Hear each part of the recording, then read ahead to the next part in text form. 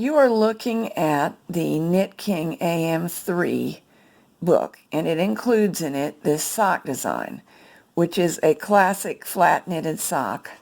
It will eventually have edges seamed together all along here, and these two edges seam together at the center back of the leg portion. Now I've copied that diagram and altered it a little bit. Now here's my version, and here are the alterations. We're going to make a relatively short sock top, and it won't be ribbed, so those dotted lines indicate that we won't be doing any shaping up here. We're going to start with the same number of stitches we have up to this point.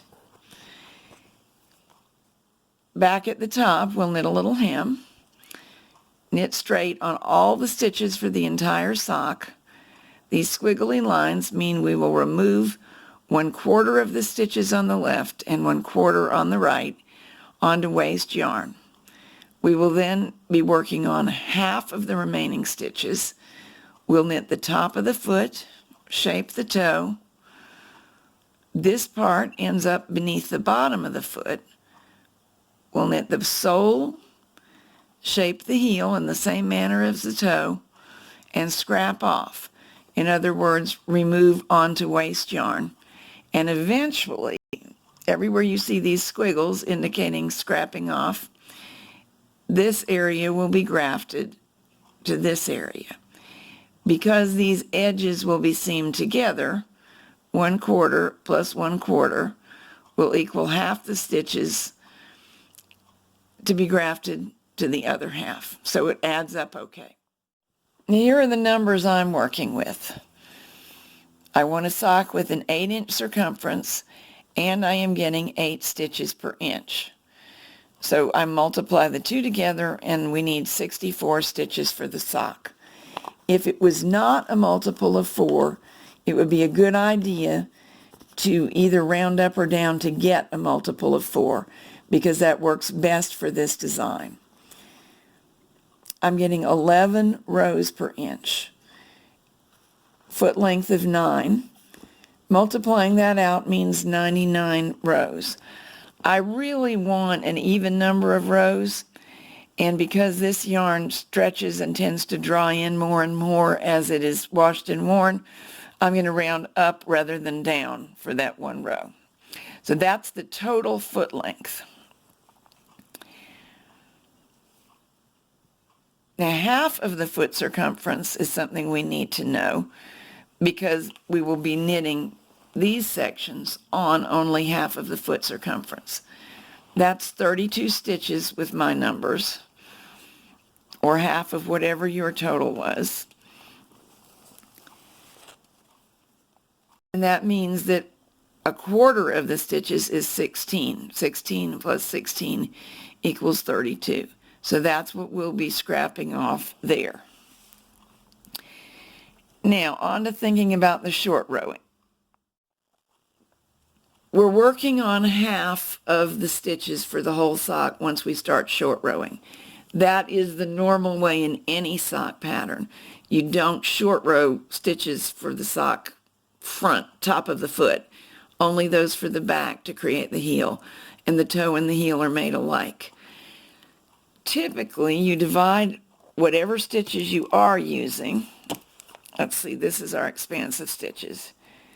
You divide it into thirds, and you begin short rowing, putting stitches in rest on each side, more and more of them, until only 1/3 are left in work at either the point of the toe or the narrowest part of the heel.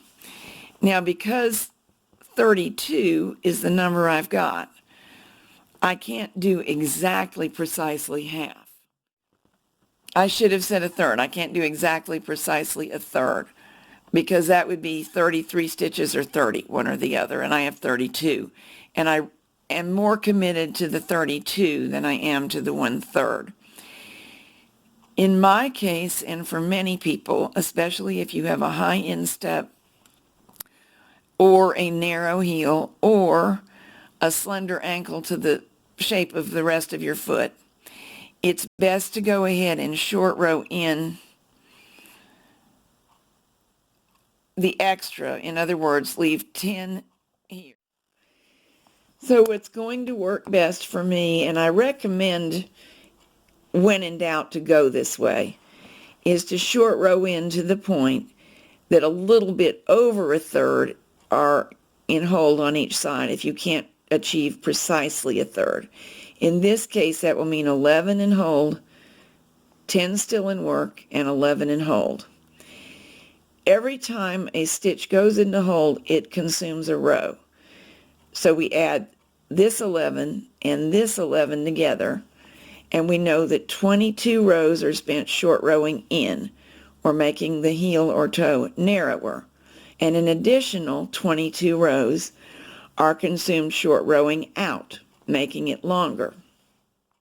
I should have said making it wider. We start out wide, we get narrow, we get wider again. Let's look at our little chart. This is the hardest thing to conceptualize. Obviously, these rows go to the top of the foot. So does short rowing in for the 22 rows that will take for the toe. When we begin short rowing out, we're going under the toe of the foot. So those 22 rows belong to the foot length on the bottom of the foot. These obviously do. Now so do the 22 rows as we short row in. This is the bottom of the heel. The final 22 rows actually get applied to the top of the foot length. They're not really on top of your foot, they're on the back of the heel, but that's how the math works out. So let's look at our numbers. I've decided on a foot length of a total of 100 rows. But the sock actually has 44 rows already knitted by virtue of having knitted a toe and a heel with short rowing.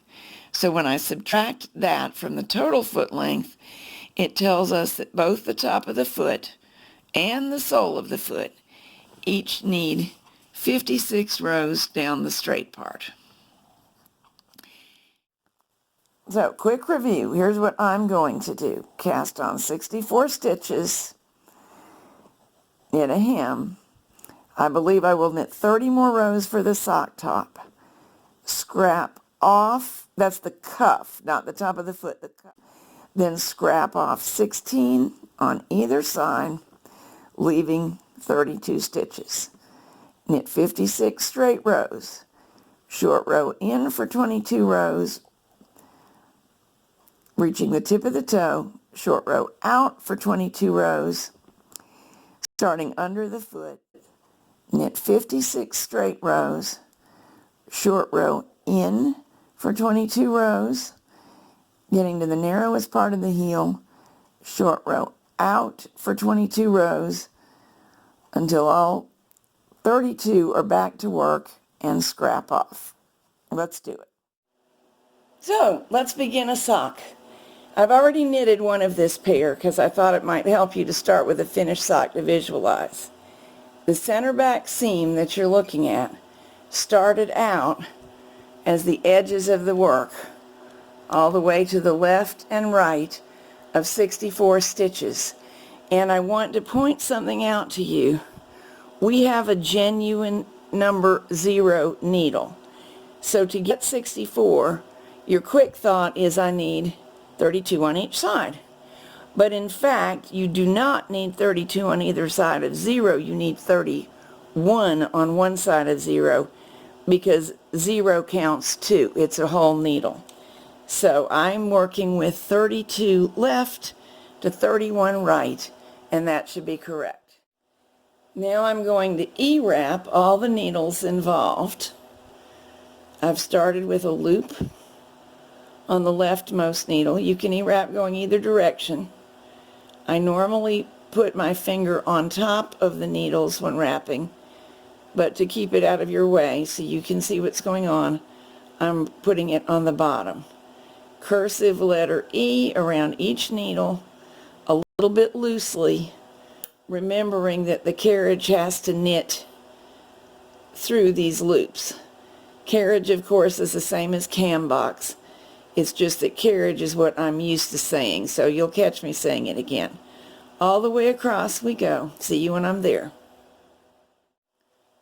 I'm returning the needles to working position,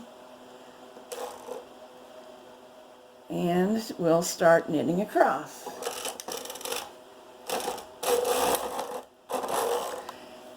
Very good. Now I want an inch long hem like this, and I'm getting 10 rows per inch, so that's easy. It's doubled, so I know I need to knit 20 rows.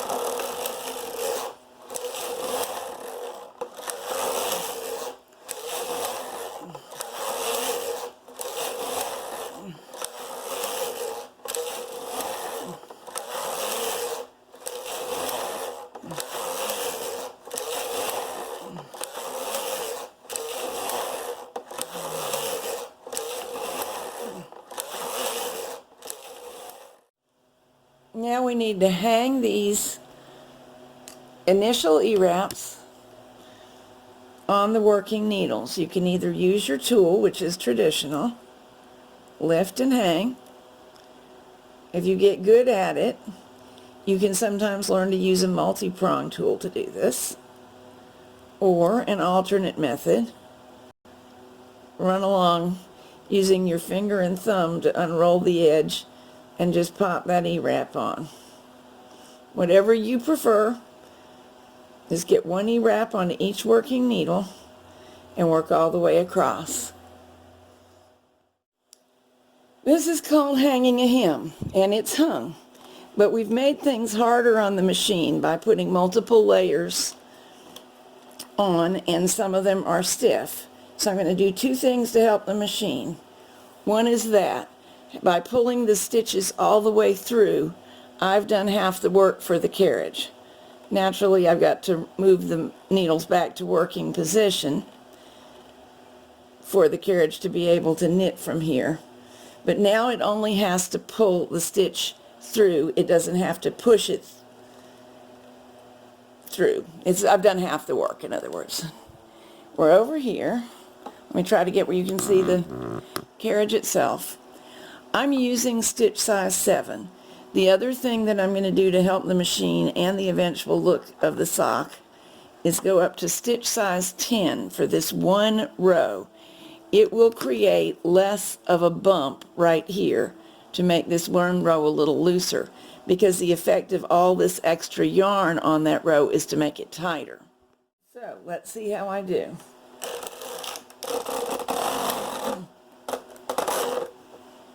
Very nice, no problems. Now, always remember, if you use this trick, go back to your regular stitch size. I have decided to knit 30 rows for my sock top that is below the hem. Those are these rows between my two thumbs.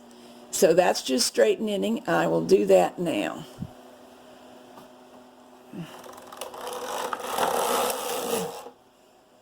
Here we are up to here, and this is where we need to take off 1/4 of the stitches on each side, leaving half of the total stitches to knit on down the top of the foot. So let's do that. Now come over to the needles in work. We want 16 of them to remain in work. 2, 4, 6, 8, 10, 12, 14, 16, and all the rest to go into hold.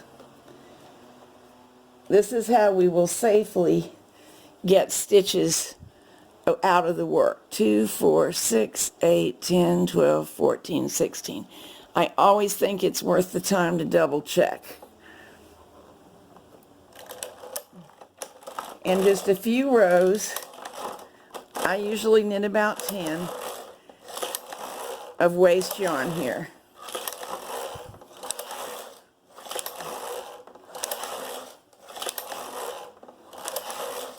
Let's do 12. Now I'll break that yarn, release it from the feeder, because I want these stitches to drop off. And I'll go all the way across.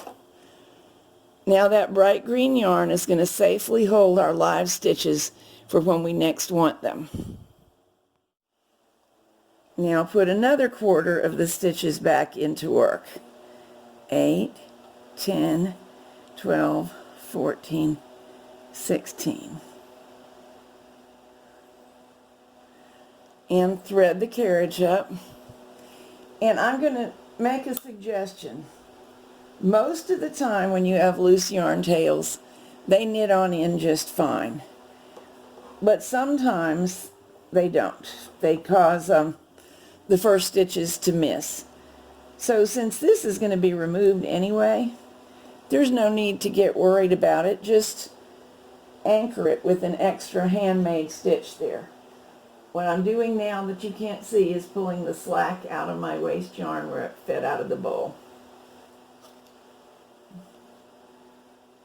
And now we'll do our waste yarn rows. Time to return these to working position and knit down the top of the sock foot. I need 56 rows, so you knit whatever you need. And we'll get back together.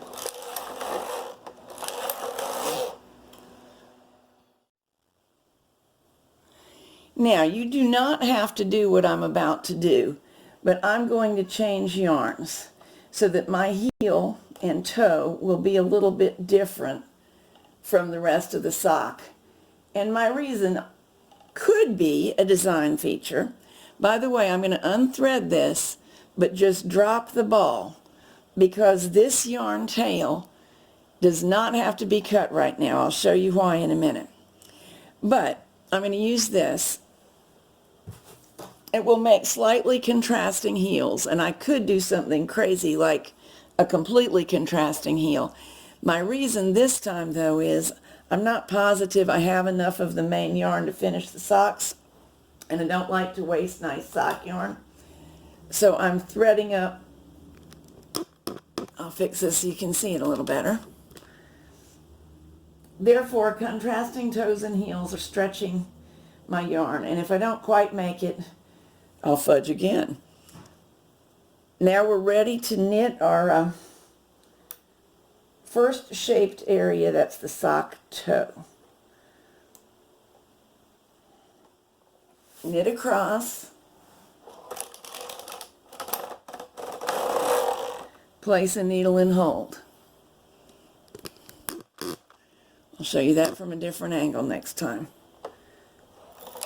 Knit across. So this needle did not knit. Place an additional needle and hold. We keep doing this. We'll knit back and forth, knitting one needle fewer each row. You might have noticed my hand coming up sometimes where you wouldn't have expected to see it. That is because I'm making certain that the slack gets removed from the yarn. For some reason, not only on this machine, but on most machines, while short rowing, there is a greater than usual tendency for a loop of yarn to develop, and it makes a terrible mess. It's not something you want. Now, if you knit on other knitting machines, you will have noticed that I am not doing what we usually do, which is hang weights where this pocket is developing. That's because the sinkers on this machine really and truly make there be no need for weights. I didn't quite believe it would be true, and I do have another machine with sinkers on which it is not true, but it is on this one. So we're going to short row in until only 10 stitches are in work. And I'm nearly there. 2, 4, 6, 8, 10. There are 11. That makes it 10. Now on the very same row, I'm going to return one to work on the other side next to the next to the working needles. It'll start back to work.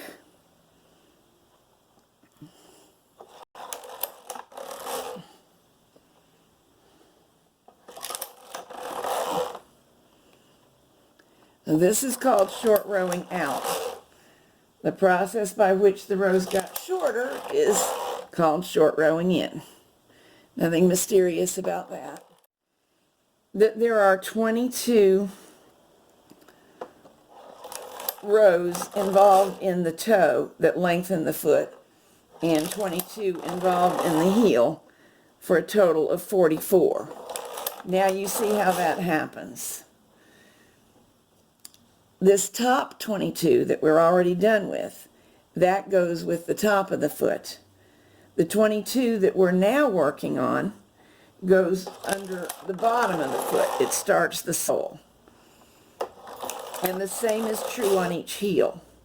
That's how come you get the doubled number. 22 for each the toe and heel go on, some on the bottom, some on the top of the foot.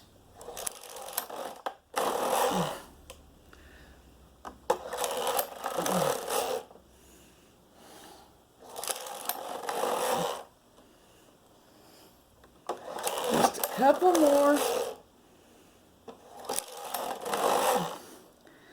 One to go. I saw that loop trying to form. Ha, gotcha, loop. Okay. Now, remember I told you didn't have to cut the main yarn? See, it's still right up here at the corner. That's because there is no length to the heel or toe at the side, only in the middle. That's why we didn't have to cut it. So now I'm going to break this yarn, the one I'm using for the toe. And whenever I break a yarn or snip it on this project, I leave a good bit of length, 20 to 24 inches, because that way I can use the yarn tails for the seaming and grafting. So making sure that I pull out all the slack of it, I'm going to thread the main yarn back into the yarn bowl.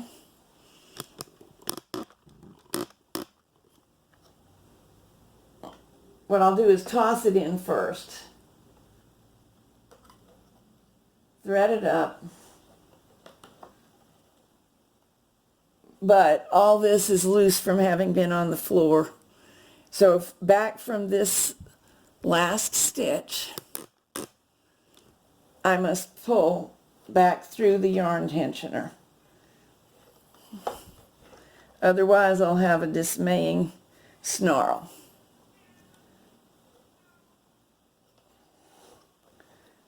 There we go. That should knit just fine. Of course, I got to thread it into the carriage too. Now, we made 56 rows down the top of the foot. We'll make 56 rows again. These rows will go across the bottom of the foot. My rows are done. They came out nice. And it's a good thing I decided to make Franken socks. My friend calls them that because they're like Frankenstein socks, patched together out of odds and ends. Again, I'll leave a good yarn tail for seaming and grafting. Now we've done the sole of the foot, so now it's time for me to use the toe and heel yarn, and this will be the heel.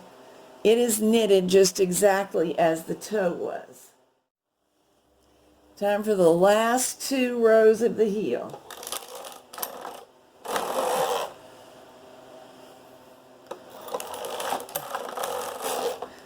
And that's it. The sock knitting is done. So again, I will trim this, leaving a good tail, and remove the live stitches onto waste yarn.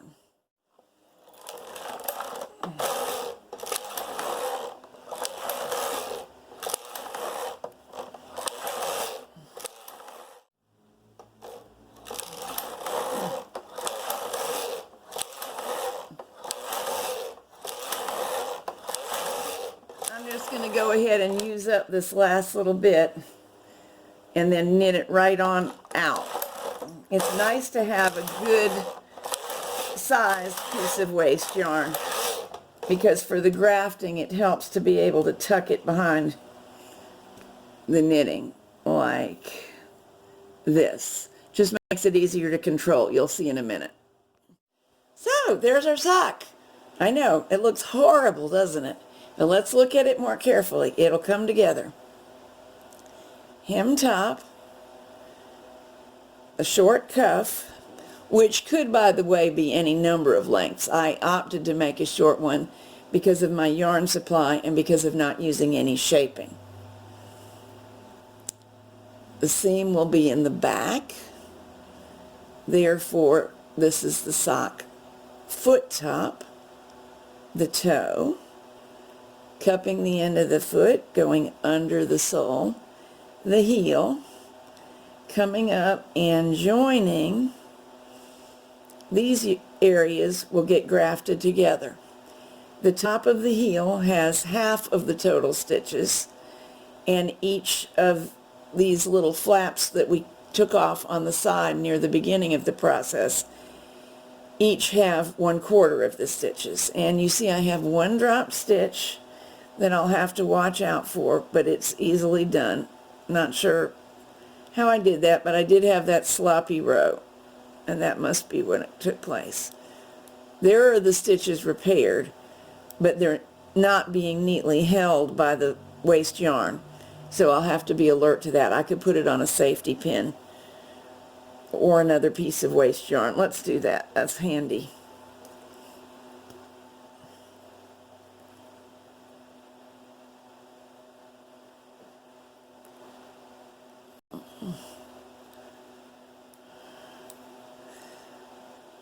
Now it's held. Now let me show you some seaming tricks. There we go. One of the long seams in my left hand, between my thumb and finger, is the toe, and my right hand is the heel. And I've threaded one of the yarn tails through. This stitch will need to be tightened up probably more than once before I get done. But it is the first of the stitches on the, that's the foot top right there. Now, when you machine knit, some of the stitches look like knots. They're little and tight at the edge of the fabric. And some, every other row, look like bars. These don't look very different at all, but sometimes you can tell more clearly. If you can spot the knots and bars, you can seam like this and only seam knots together, and it will be tight enough. Or you can do every single row at the edge. So let's do that, since that's what we can see. Up from the bottom through the stitch. There is more than one flat seam. This is one of them that does a nice job. Up through the bottom, next to only one strand of yarn. Up. So you may use whatever flat seam strikes your fancy that you like. There isn't a hard and fast rule. Sometimes I whip stitch the knots together from the inside. And there are other ways of doing this. It takes a little time, but it's not really very difficult. There we go. So we'll go down both sides doing this, and you can already see it looking pretty good. Once we've done that, we'll be ready to graft the back, and we'll get back together. Here's one of the side seams done. The other one's still not. You really don't want a knot at the beginning or ending of this seam because it could be very irritating to the foot, but you also don't want your yarn backing out. So I normally turn around and stitch in and out up the seam for at least an inch maybe a little more to bury that yarn tail. And another thing I wish to point out, socks need to stretch, so don't make your seam overly tight. See, that's joined plenty well enough. And you really would barely see it if it weren't for the fact that my yarn was variegated and had changed colors. So don't over tighten it or it's going to be quite uncomfortable to wear. Time to make this mess into a thing of beauty. The first row of real stitches in the toe is this blue row.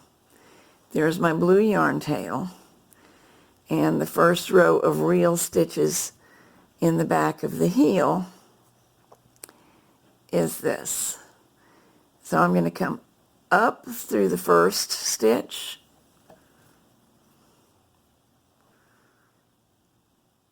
and up through the very edge first stitch on the other half.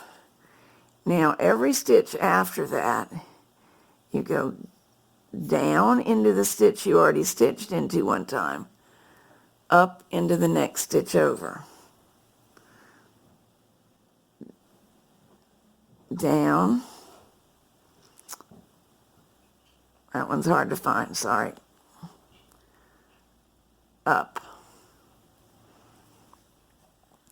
And as you go, it gets a little bit easier to see what you're doing, and the waste yarn will start to turn to the inside of what you're working on. And then later we'll pull it out. I'm not going to show you going all across here. And honestly, sock yarn is not the ideal place to first see it done. So I'm going to tell you while I work a little bit with you that I have a whole series called Loom Knitters Sockumentaries.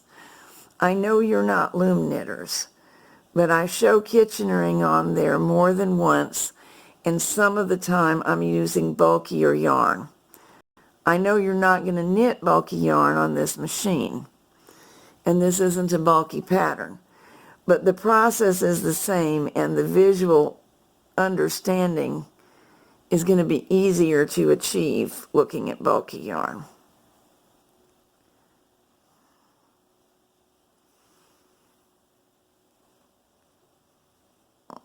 See it closing up?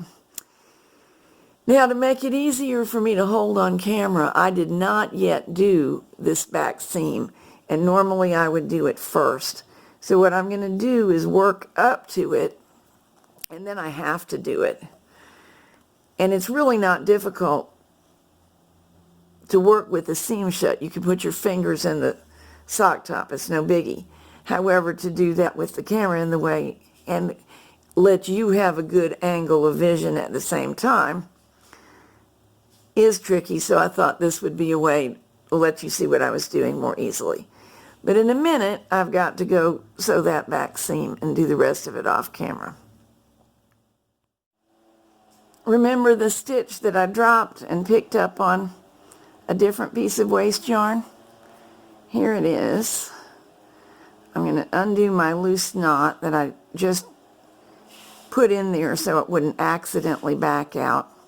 And you'll see how easy it is to fix. I need to go down through the stitch next to it and up through the stitch that was almost a mistake. Now I can get rid of that piece of waste yarn, and it's part of the whole thing again.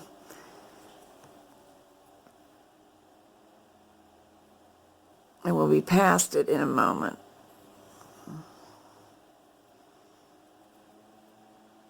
That's it. This is my second pass through it. And it's also time to stop and seam the back of the sock top together. Almost finished with the grafting. I thought you might like to see the last few stitches. They're just like the others, but by now the waste yarn's mostly tucked inside. And they can be a little hard to locate as it gets tighter. That's where I last went in. So I need to go down and then up in the next one.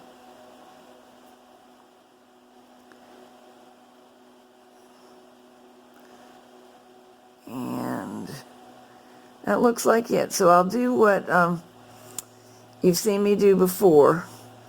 Go around a couple stitches to reinforce and then weave in the end. There's a handy seam. I'll just go down that one.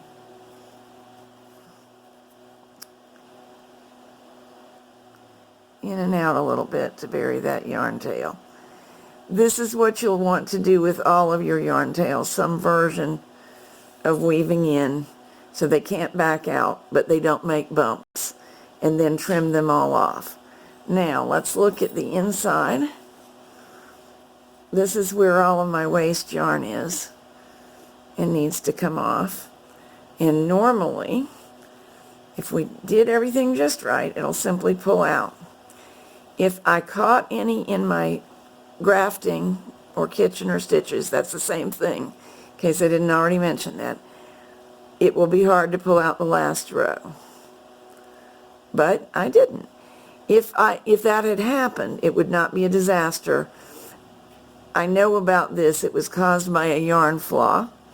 So I brought the flaw to the inside, and I will weave this loop in. If you find that you've caught a stitch, use sharp, sharp snips and allow the waste yarn to get split and snipped away. But I didn't. All I have to do is fix that loop, which I did know about. And here we are. I've got tails to weave in, but nothing worse. Cool.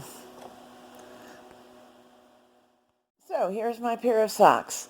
The one on the bottom I already washed, and it's not actually even quite dry.